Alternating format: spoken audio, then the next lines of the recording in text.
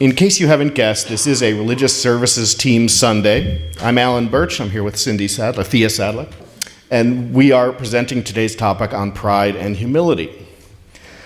So I thought I would start the first reflection with a quote on today's topic, but I find it hard to select just one.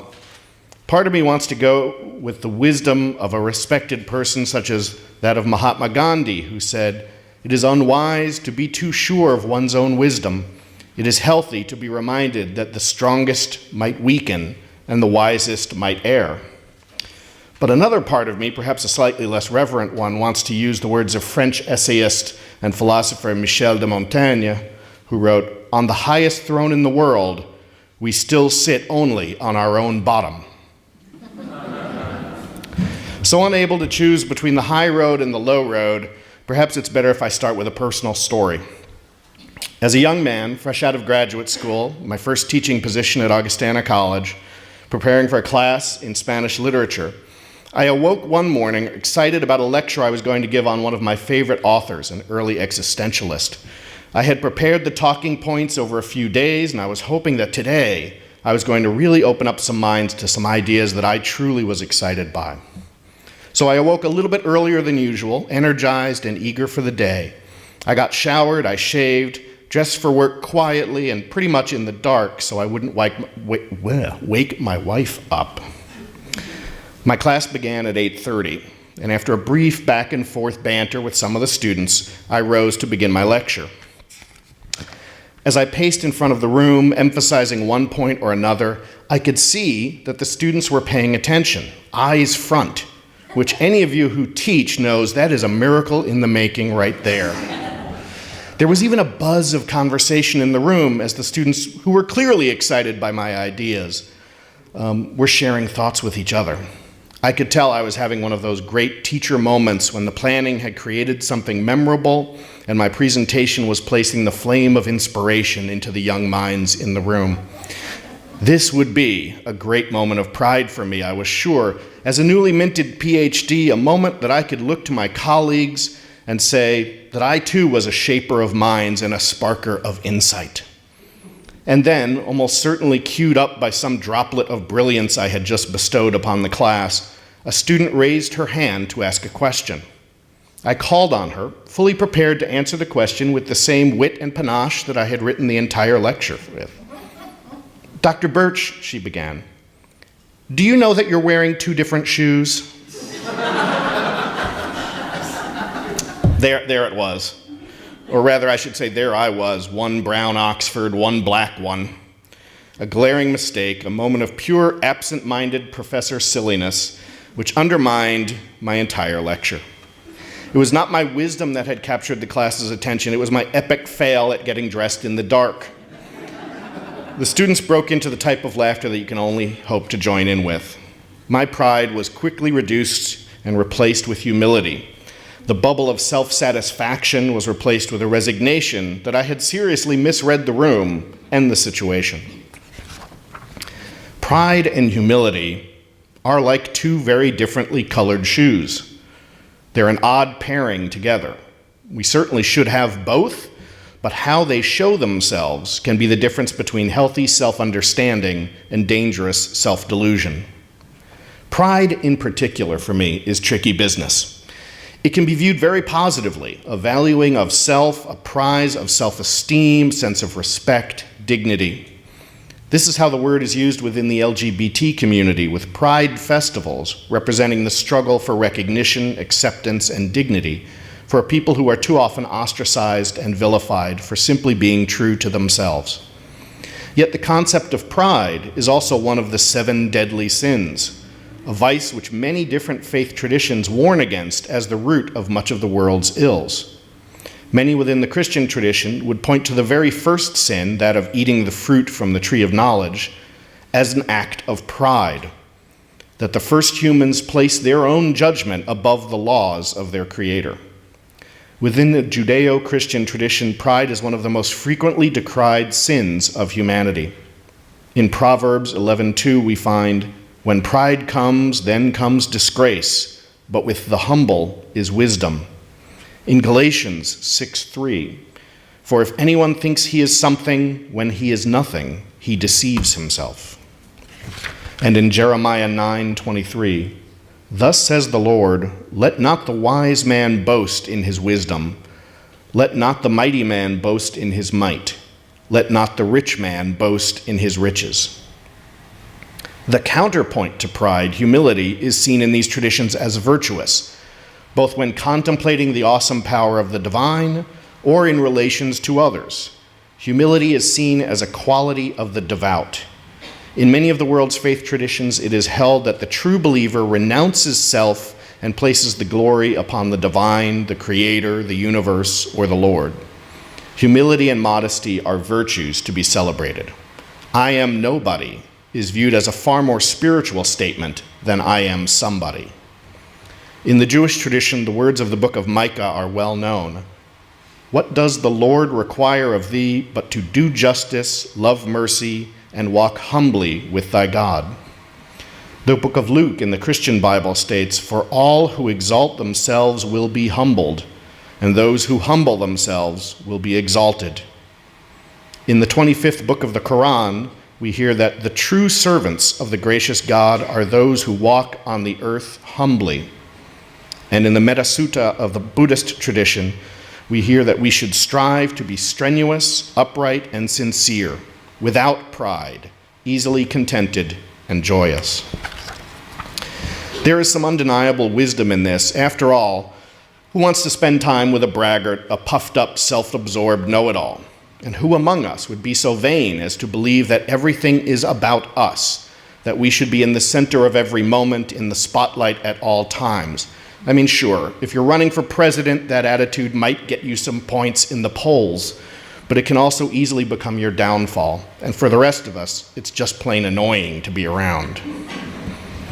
Battling the selfish grandeur of pride with humility and modesty certainly seems a virtuous and spiritually prudent path. Recognizing that we are not alone, that we do not succeed in life through only our own efforts, but that we depend on others, on our interconnectedness to the world and to forces beyond our control. This is an important insight leading to a greater sense of gratitude and wholeness. We kid ourselves if we spend our lives patting our own backs without offering thanks to others or gratitude towards life itself. As Unitarian Universalists, we endeavor to recognize that we are part of an interconnected web of existence, an individual, but also intrinsically linked to others and to the world itself.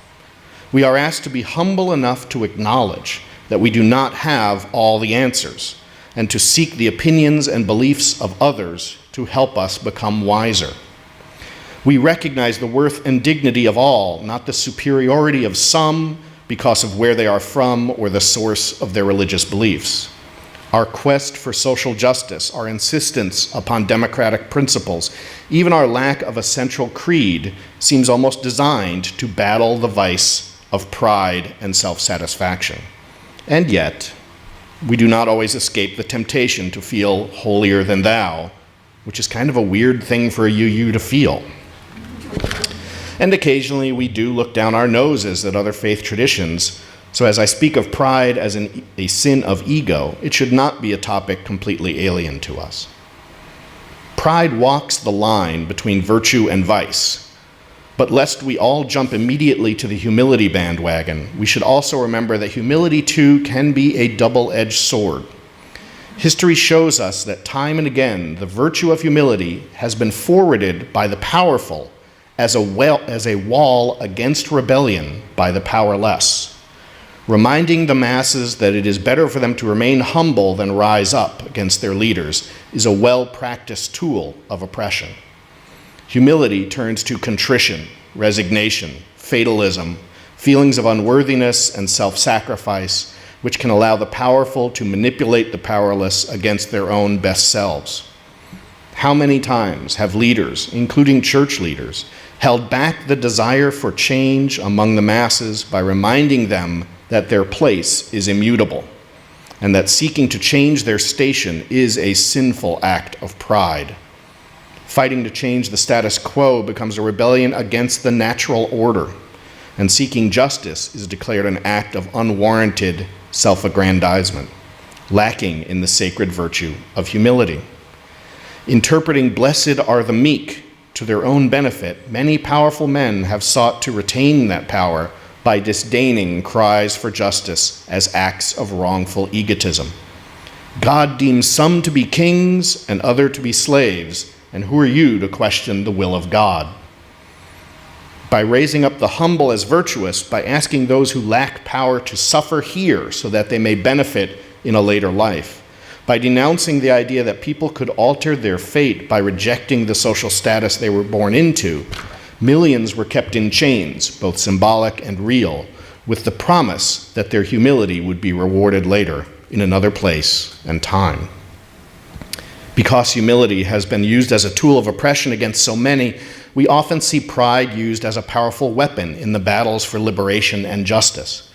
When Jesse Jackson asked for a chant of "I am somebody" 30 years ago, and when leaders today demand that Black lives matter, it is not egotism or reverse racism, it is a demand for dignity and recognition as equals. When faced with systematic injustice and oppression, it is appropriate to put aside humility in favor of pride, to stand instead of kneel. Asserting one's own worth is vital when humility has been imposed upon a people through the unjust actions and unwarranted sense of superiority of others. Some of you may know the famous quote by Muhammad Ali when he declared himself, "I am the greatest." It was interpreted by many as an act of pride, of arrogance, of self-importance, but for millions it was also a voice of liberation.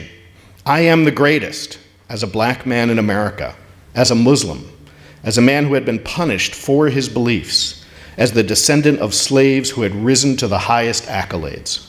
I am the greatest may have seemed selfish and boastful to some, but it was also defiant and accusatory, demonstrating a pride which challenged the forces of humility which were held on so many for so long. Likewise, in Maya Angelou's famous poem, "Still I Rise," we hear the same call for pride, for dignity, from a people who had been taught to live humbly and not demand for themselves. She wrote, "Out of the huts of history's shame, I rise. Up from a past that's rooted in pain, I rise. I'm a black ocean leaping and wide, welling and swelling, I bear in the tide. Leaving behind nights of terror and fear, I rise. Into a daybreak that's wondrously clear, I rise. Bringing the gifts that my ancestors gave, I am the dream and the hope of the slave. I rise, I rise, I rise." So we recognize that, as with so many dualities, there must be a difficult balance between pride and humility. Both can reside among the virtues and among the sins of humanity. Arrogance and belief in our superiority over others, over the world itself, can lead to oppression and destruction. Meekness, likewise, can hold us back from fighting for justice and dignity, from living up to our full potential. But deeply held self-esteem, paired with virtuous modesty about our place in the universe, can lead us to a healthier sense of self. The trick, as with so many things, is moderation in how we understand ourselves and how we look at others. So why do I choose to speak about this here within a UU congregation? Unlike so many faith traditions, we do not preach that people should humble before the power of an all-powerful Lord. Our religious practices do not require acts of contrition. In our services, the congregation is not expected to bow or to kneel as a sign of humility. Nor do we vainly claim to have exclusive right to the truth. We hold no one truth to be absolute, condemning or denigrating others for believing in a different truth than ours. We also do not accept that injustice should be accepted as a plan set for us in advance. We have a long history of defying oppression and a rich tradition of questioning authority. How can pride be an issue for a UU? How can humility be something relevant to us? Let me ask you to follow a brief train of thought with me. For many of us, particularly those like myself who came to Unitarian Universalism after a less than satisfactory experience with more traditional Christian sects, we often point to the assurance which many Christians demonstrate in their own beliefs, in the security that they do hold the truth, capital T, in their possession as one of the reasons we left and sought something else. We look at the self-assurance and we see arrogance. We look at the idea of a single, immutable, and infallible truth as a fallacy, a misplaced dogma which turns believers into followers to be guided and not seekers, making the act of seeking truth and asking questions an act of defiance rather than an act of faith. Many of us left other faiths because we wanted a community which allowed questions, which did not profess to have all the answers neatly wrapped up in a single tome of literature. We wanted a community that would welcome our doubts and accept that truth may be a fluid thing with many sources and many more questions than answers. But there are times, and I know I'm very guilty of them, suspect many of you may be as well, when the comfort of our new spiritual home, our joy in finding a community of seekers, leads us to a very similar arrogance to the one we left behind. You claim to have the truth, we say, but in limiting your search for truth, you ignore so many other paths. Your truth is tainted by its own history, twisted by your own pride and sense of superiority, to such a point that you actually believe you have all the answers. We know we do not know all things as you use. That truth is not as simple as you tell your followers it is. We see complexity where you see simplicity. We ask questions which you dare not utter, and we accept those who are different from us. Clearly, our path is a more mature and more spiritual one than yours could claim to be. What we represent is a thinking, seeking faith, a mature faith, not a childlike adherence to rules and creeds created by the few to control the many. And there it is. Pride turned ugly. We see in our faith a better path, a more honest or open search for truth, and in our weakest moments, we look down our noses at those who have not seen the light that we have seen.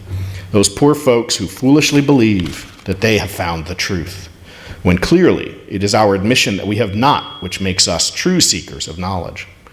Pride, and not the good kind, pridefulness, is found here, just as easily as it is found in the traditions so many of us left behind.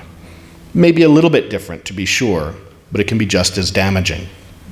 In a way, it is easy for us to stand before the world speaking our truth, unaware that we too may be wearing two different shoes.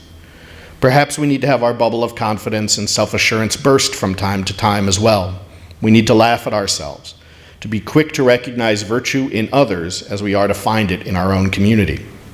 And I say this not to chastise us as a community or as a faith tradition. If I did not believe we were on to something, I would not be here most Sundays. But this is a service about pride and humility. And so I think it's important to be aware of those moments when we might allow pride to turn to egotism. And so too should we be aware of those moments when we shy away from our values due to a desire not to ruffle feathers. Quite frankly, we should be in the business quite frequently of ruffling feathers, of helping all people find dignity and self-worth. We assert that it is our core belief that we have worth, each of us, so we should not be afraid to speak out. But in so doing, let us not succumb to vanity and pride to such a degree that we lose our modesty or denounce others without recognizing our own flaws. If it is an overabundance of humility which keeps us from announcing our presence, staking our claim as a spiritual community, or advertising ourselves to the world to find others who might join us, then we must allow ourselves to show a little bit more pride. And if it is an overabundance of pride which causes us to belittle or bemoan the beliefs of others, to minimize their value because they walk a different path, then we need to practice a little more humility.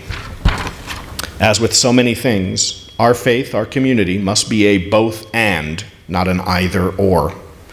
We must be both quiet and brash, focused and open, together and different, and we must be humble and proud. As Alan pointed to in his final words, to be inclusive and pluralistic, we must embrace both and thinking. And that is just what we are doing together this morning. Alan invited us to balance being appropriately proud and humble as we work to fulfill the potential and live the principles of our UU faith. And I am inviting you to intentionally begin to shift from pride to humility in your personal and spiritual lives. Shifting from pride to humility is an invitation to stop always striving to be somebody. For as Krishnamurti advises us, quote, "The moment you want to be somebody, you are no longer free," end quote. The perennial wisdom cautions against being proud and instead to be nobody, more or less special than anybody else. Emily Dickinson humorously wrote, quote, "I am nobody. Who are you? Are you nobody too? Then there's a pair of us. Don't tell. They'd banish us, you know. How dreary to be somebody, how public like a frog, to tell one's name the livelong day, to an admiring bog," end quote. When I first read this poem, I saw the word blog, not bog. And then I laughed when I caught my mistake rereading it. But you know, blog still works, as many of us do blog and post and tweet our names and photos the livelong day. But back to being nobody. This way of viewing personal and spiritual growth as shifting from pride to humility and from trying to be a somebody to be a nobody comes from this book, Be Nobody, by Lama Marut. He says this transformative process is, quote, "the journey from egoism, selfishness, and the obsession with individual identity to the spaciousness and freedom of abiding in one's true and authentic nature, living one's life fully and happy in the here and now," end quote. His understanding of our true and authentic nature is that we are not only a temporary, impermanent, separate, isolated, individual clump of clay, we are also an eternal, changeless, one, interconnected, universal spirit, called by many names, such as Sophia, God, Gaia, Allah, Brahma, and Tao. We are both and. Unitarian Universalists, as a group, we do not claim one name, but we do point to our true and authentic nature very similarly in our first and seventh principles. Shifting from pride to humility, from our egoic self-obsession to our true and authentic nature means we live knowing both our own and everybody else's inherent worth and dignity. It also means we live knowing that we are a part of the interdependent web of all existence, or what the Buddhist monk and author Thich Nhat Hanh calls interbeing. He writes, quote, "You are me and I am you. Isn't it obvious we inter-are? You cultivate the flower in yourself so that I will be beautiful. I transform the garbage in myself so that you will not have to suffer," end quote. Marut goes on to say, such a goal is not for the spiritual elite or the mystic, but is achievable by anyone, religious, spiritual, secular, or none of the above, who understands and implements the right ideas and practices. As an integral UU, I still cringe a little when I hear the quote-unquote right ideas. Maybe you did a little. I know, however, Marut is a pluralist and does not therefore mean authoritatively right. He means effectively right. He is talking about the kinds of ideas that we come together to explore and learn here every week. He is also talking about various kinds of practices, including many we do here, such as pastoral care, social justice, and spiritual growth. The many ideas and the many practices he shares focus both on personal transformation and on loving and serving others. One such practice he offers is to look at the sky, clear and blue or dark and sparkling with stars, with an unwavering gaze, keeping the body still. Immediately, you will reach your true essence. The mind takes the form of what it perceives, so if what you perceive is limitless, you drop into your true nature. Another practice is to take a first-person pronoun-free day. That's where you avoid using the terms I, me, or mine for 24 hours. Thankfully, you can sleep through maybe 8.